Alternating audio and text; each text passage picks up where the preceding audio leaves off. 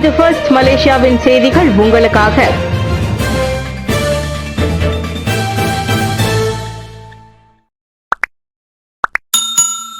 2026 ஜொஹூருக்கு வருகை புரியும் ஆண்டு இந்திய சமூகத்தின் கலாச்சாரம் சுற்றுப்பயணிகளை ஈர்க்கும். 2026 ஜொஹூருக்கு வருகை புரியும் ஆண்டுடன் இணைந்து அம்மாநிலத்தில் உள்ள இந்திய சமூகத்தின் பாரம்பரியம், கலாச்சாரம், கொண்டாட்டங்கள், கோவில்கள் உட்பட பாரம்பரிய கலைகள் சுற்றுலா பயணிகளை ஈர்க்கும் அம்சங்களாகும். இந்திய சமூகத்துடன் அத்தகைய பங்கேற்பு சுற்றுப்பயணிகளின் வருகையை மேலும் வலுப்படுத்துவதுடன் அம்மாநிலத்தில் உள்ள பன்முக சமூகத்தின் தனித்துவத்தையும் எடுத்துக்காட்டும் என்று ஜொஹூர் மாநில ஒற்றுமை, பாரம்பரியம் மற்றும் பண்பாட்டு குழுவின் தலைவர் கே ரவீன்குமார் கூறினார். 2026 ஜொஹூருக்கு வருகை புரியும் ஆண்டின் போது இதுபோன்ற கலாச்சாரங்களை நாம் நிறைய கொண்டு வந்தால்தான் இனியும் நிறைய சுற்றுப்பயணிகளை வரவேற்க முடியும் என்று நாங்கள் நம்புகின்றோம். இந்நிலையில் ஜொஹூர் அரசாங்கம் மலையாளி சங்கத்துடன் மட்டுமின்றி தெலுங்கு, இந்தியர், புத்தர் மற்றும் மலாய்க்காரர்களுடன் இணைந்து அவர்களின் கலாச்சாரங்களை கொண்டு வர பார்க்கின்றோம். அடுத்த ஆண்டு நிறைய இடங்களில் வண்ணமயமான வருகை புரியும் ஆண்டாக இருக்கும் என்றார் அவர். மேலும் ஜொஹூர் பாருவில் 1911ஆம் ஆண்டில் கட்டப்பட்டு மிகவும் பழமையான ஸ்ரீ ராஜா மாரியம்மன் கோவில் மற்றும் யுனெஸ்கோவால் அங்கீகரிக்கப்பட்ட உலகின் முதல் கண்ணாடி கோவில் அருள்மிகு ஸ்ரீ ராஜகாளியம்மன் ஆகியவை வெளிநாட்டு சுற்றுலா பயணிகளை வெகுவாக ஈர்க்கும் முக்கிய இடங்களாகும் என்று அவர் கூறினார். இணைய தாக்குதலால் முக்கிய ஐரோப்பிய விமான நிலையங்கள் பாதிப்பு. பிரேசில்ஸ், பெர்லின் மற்றும் லண்டனில் உள்ள ஹீட்ரோ உள்ளிட்ட ஐரோப்பாவின் முக்கிய விமான நிலையங்களில் இணைய தாக்குதல் நடத்தப்பட்டதாக தகவல்கள் வெளியாகியுள்ளன. விமான நிலையங்களின் டிக்கெட் பதிவு பகுதிகள் செயலிழந்ததால் பல விமானங்கள் ரத்து செய்யப்பட்டதுடன் ஆயிரக்கணக்கான பயணிகளுக்கு நீண்ட தாமதங்கள் ஏற்பட்டன. அயர்லாந்தின் லெப்டன் மற்றும் காக் விமான நிலையங்களுக்கு இந்த சிக்கலால் பாதிக்கப்பட்டன. இருப்பினும் அதிகாரிகள் அதன் ஐரோப்பா முழுவதும் ஏற்பட்ட மென்பொருள் கோளாறின் சிறிய தாக்கம் என்று விளக்கங்கள் அளித்துள்ளனர். இந்த இணைய தாக்குதலால் பயணிகளின் பயண தகவல் தொடர்பில் தொழில்நுட்ப அமைப்பில் பெரிய கோளாறு ஏற்பட்டதாக விமான போக்குவரத்து கண்காணிப்பு நிறுவனம் யூரோ கண்ட்ரோல் தெரிவித்துள்ளது. இதன் விளைவாக பல விமான நிலைய சேவையில் இடையூறு ஏற்பட்டதாக அறிக்கை வெளியிடப்பட்டது. இந்த சிக்கலை தீர்க்கவும் அமைப்பின் செயல்பாட்டை மிக விரைவில் மீட்டெடுக்கவும் விமான நிறுவனம் செயல்பட்டு வருகிறது. மணிலாவில் ஆயிரக்கணக்கான மக்கள் போராட்டம். அரசாங்க உள்கட்டமைப்பு திட்டங்களில் ஊழல் நடந்ததாக எழுந்த குற்றச்சாட்டுகளை அடுத்து பிலிப்பைன்ஸ் தலைநகரான மணிலாவில் உள்ள ஒரு பொது பூங்காவில் ஆயிரக்கணக்கான மக்கள் போராட்டத்தில் ஈடுபட்டனர்.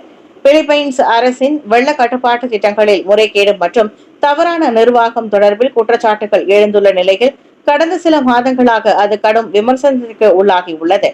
2022ஆம் ஆண்டிலிருந்து கோடிக்கணக்கான நிதி அதற்காக செலவழிக்கப்பட்டும் இந்த ஆண்டு பருவமழை காலத்தில் பல நகரங்களும் ஊர்களும் வெள்ளத்தில் மூழ்கியுள்ளன. அரசு பணம் செலவழிக்கப்பட்டும் பொதுமக்களின் பாதுகாப்பு உறுதி செய்யப்படவில்லை என்ற கோபத்தில் மக்கள் போராட்டத்தை நடத்துகின்றனர்.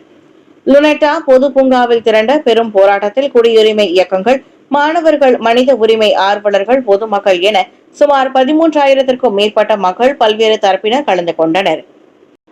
இதனிடையே மக்கள் நடத்திய போராட்டங்களுக்கு ஆதரவு தெரிவித்துள்ள பிலிப்பைன்ஸ் அதிபர் பெர்டினாண்ட் மார்கோஸ் ஜேஆர் அரசு திட்டங்களில் நிலவிய முறைகேடுகளை விசாரிக்க சுயேட்சை குழுவை அமைக்கவும் உத்தரவிட்டுள்ளார்.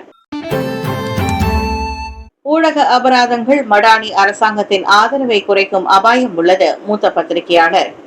தேசிய இதழியல் விருது பெற்ற காதிர் ஜாசின், சின்சியூ டெய்லி மற்றும் சினார் ஹரியான் ஆகிய 2 முக்கிய ஊடகங்களுக்கு எம்சிஎம்சி அதிக அபராதம் விதித்ததை தொடர்ந்து அரசாங்கம் பொதுமக்களின் நம்பிக்கையை இழக்கும் அபாயம் இருப்பதாக எச்சரித்துள்ளார். அரசின் சீர்திருத்த மற்றும் ஜனநாயக போக்கை வெளிப்படுத்தும் தோற்றத்திற்கு முரணாக இரு செய்தித்தாள்களுக்கும் விதிக்கப்பட்ட 1 லட்சம் அபராதங்கள் இருப்பதாக அவர் கூறினார். ஒரு கடுமையான எச்சரிக்கை போதுமானதாக இருந்திருக்கும். அவர்கள் ஏற்கனவே மன்னிப்பு கேட்டு ஆரம்பத்திலேயே திருத்தங்களை செய்துவிட்டனர்.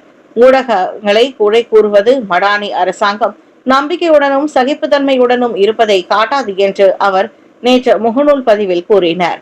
அமலாக்க முகமைகளின் விசாரணைகளையும் வழக்குகளையும் மேற்கொள்ள முடியும். ஆனால் அரசியல் ரீதியாக ஏற்படும் செலவு இறுதியில் அரசாங்கத்தின் மீது விழும் என கதிர் சுட்டிக்காட்டினார். சீன பூப்பந்து பட்டத்தை வெல்வதில் மலேசியா தோல்வி. 2025 சீனா மாஸ்டர்ஸ் பூப்பந்து பட்டத்தை வெல்வதில் மலேசியா தோல்வி கண்டது.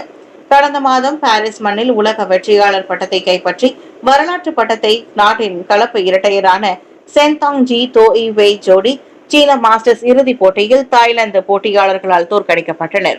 நேற்று நடைபெற்ற இறுதி ஆட்டத்தில் உலக தரவரிசையில் 3ஆம் இடத்தில் உள்ள சென்தாங் ஜி தோ வெய் தாய்லாந்தின் தேஜுபோல் குவாரன்கே சுவிஸ்ரா பௌஸ்ராமான் இணையரை தோற்கடித்தனர். அதில் 8-21 என்ற முதல் செட்டில் தோல்வி கண்ட தாய் ஜி வெய் ஜோடி 2ஆம் செட்டை கைப்பற்ற அதிகம் முயன்றது.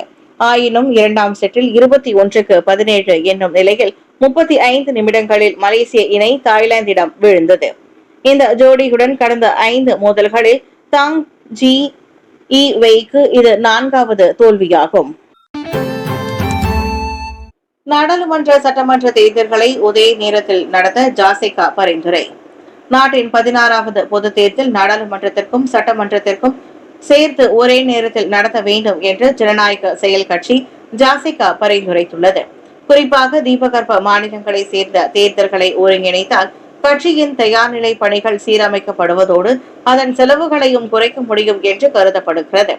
ஜனநாயக செயல்முறை சீராக இயங்கவும், குறிப்பாக நம்பிக்கை கூட்டணியின் கீழ் உள்ள கட்சிகளின் செயல் திட்டங்களை பயனுள்ளதாக அமைக்கவும் பரிசீலிக்கப்பட வேண்டியது அவசியம் என்று ஜாசிகாவின் பொதுச் செயலாளர் ஆந்தோனி லோக் தெரிவித்தார்.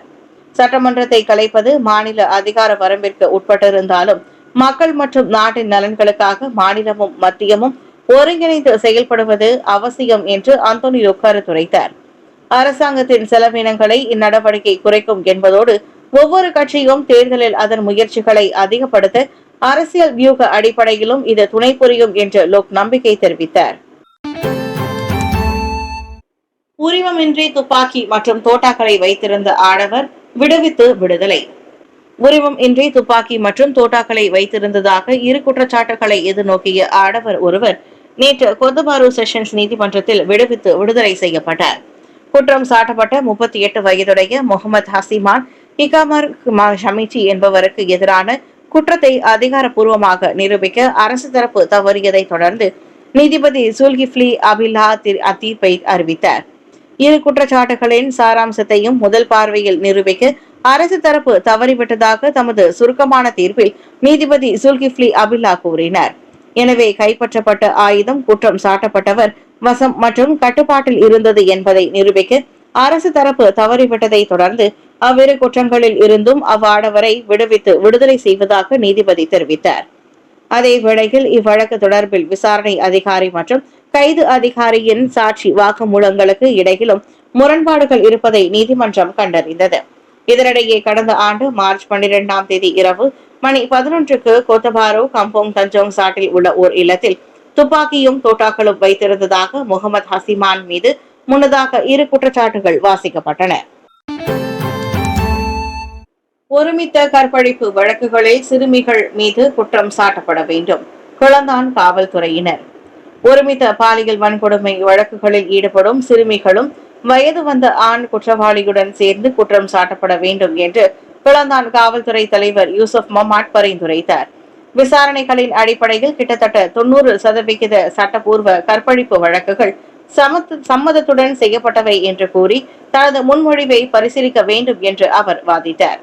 தற்போது நிலவும் சட்டம் பெரும்பாலும் ஆண்களை மட்டுமே குற்றவியல் நடவடிக்கைக்கு உட்படுத்தும் வகையில் உள்ளது. ஆனால் விசாரணைகள் பல சந்தர்ப்பங்களில் இருவரும் சம்பந்தப்பட்டுள்ளனர் என்பதை வெளிப்படுத்தியுள்ளது. ஒரு புகார் அளிக்கப்படும் போது அது சம்மதத்துடன் செய்யப்பட்டது என்று ஒப்புக்கொண்டாலும் நாங்கள் இன்னும் ஒரு விசாரணை கட்டுரையை திறந்து அந்த நபர் மீது தண்டனை சட்டம் அல்லது குழந்தைகள் சட்டத்தின்படி குற்றம் சாட்டப்பட வேண்டும் என்று யூசுப் நேற்று கிளந்தான் காவல் தலைமையகத்தில் நடந்த செய்தியாளர் கூட்டத்தில் கூறியதாக சினார் ஹரியான் மேற்கோள் காட்டியது.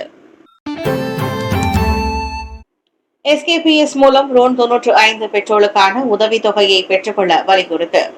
எஸ்கேபிஎஸ் எனப்படும் பெட்ரோல் கட்டுப்பாட்டு அமைப்பில் பதிவு செய்து ரோன் 95 பெட்ரோலுக்கான உதவித்தொகையை பெற்றுக் கொள்ளுமாறு பொது மற்றும் தரைவழி போக்குவரத்து நிறுவனங்களுக்கு உள்நாட்டு வாணிப மற்றும் வாழ்க்கை செலவின அமைச்சு KPDN வலியுறுத்தியது. இம்மாதம் 15ஆம் தேதி தொடங்கி நேற்று வரை சுமார் 1790 நிறுவனங்கள் விண்ணப்பித்திருக்கும் நிலையில் பொது மற்றும் தரை போக்குவரத்து துறையை சேர்ந்த 5449 வாகனங்கள் அதில் அடங்கும் என்று KPDN தெரிவித்தது. ஞாயிற்றுக்கிழமை வரை 249 வாகனங்கள் உள்ளடக்கி 164 நிறுவனங்கள் SKPS இல் பதிவு செய்துள்ளன.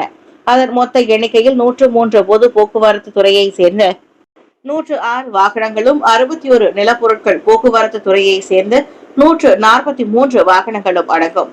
மேலும் தகுதியுடைய மதிப்பிடப்பட்ட 4647 வாகனங்களில் சபாவில் 89 வாகனங்களும் சரவாக்கில் 6 வாகனங்களும் மட்டுமே பதிவு செய்யப்பட்டுள்ளதாக உள்நாட்டு வாணிப மற்றும் வாழ்க்கை செலவின அமைச்சர் டத்தோ அர்மிசான் முகமது அலி தெரிவித்தார்.